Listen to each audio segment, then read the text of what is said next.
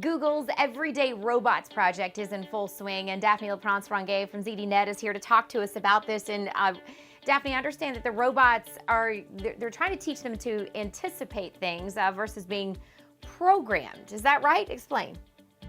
Yeah, so it's something that's very well known for anyone who works in the robotics field, that robots today are incapable of reacting to an unpredictable or a messy environment unless they've been programmed to do so. So as humans, for example, if you're in the office or in your living room and an object has been displaced, you're able to see that, understand it, and sort of navigate your way so that you don't collide with it.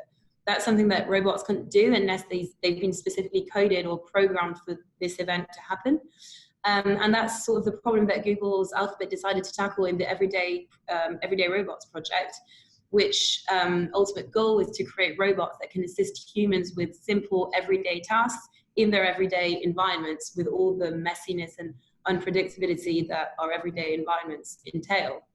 So to do that, they decided to sort of ditch programming altogether, and instead they were going to teach robots how to anticipate and react to events that they couldn't anticipate. And they sort of went about it sort of like looking at robots as a child. So you could give a robot a task, let the robot practice that task, and eventually, if the robot practiced enough, it would be able to develop new learnings. So that obviously entails a lot of training.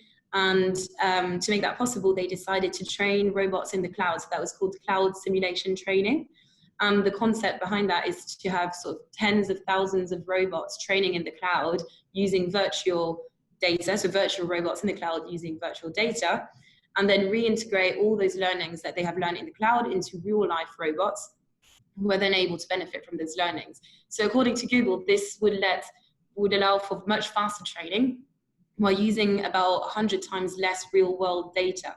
That's the technique that they used in their experiments, and it proved to be fruitful. They've been convinced by their experiments so far, and if it was to have an outcome, it would allow for a much more human-like robot that would be able to sort of learn from its mistakes instead of being programmed into anticipating everything that could potentially happen to it. And so, Daphne, it sounds like, I mean, this is when we talk about our everyday environments. I mean, this is something that they are hoping we can use, from our home to the office, everything in between. Have they applied it yet to anything? Have they shown that it's been successful, or it will be successful?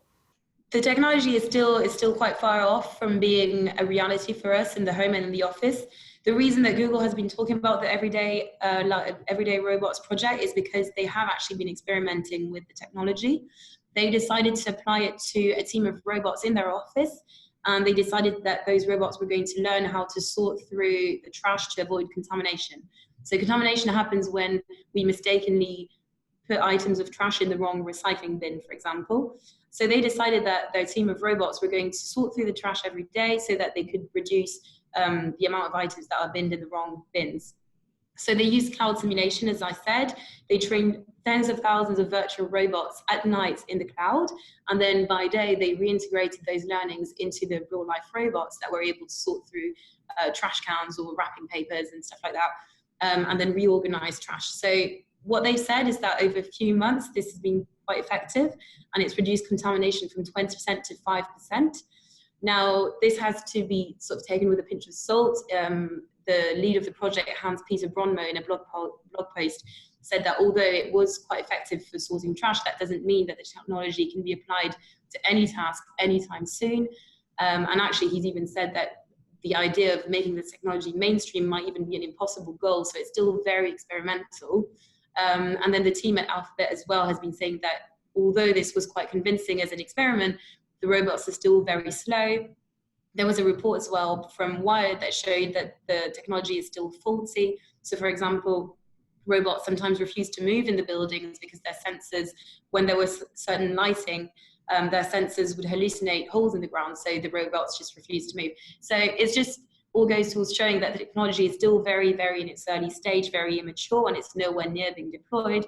But if it was to be developed, it's a whole different way of looking at robotics and of creating robots that rather than being programmed to anticipate every single possible outcome, thinks and learns much more like a human or like a child.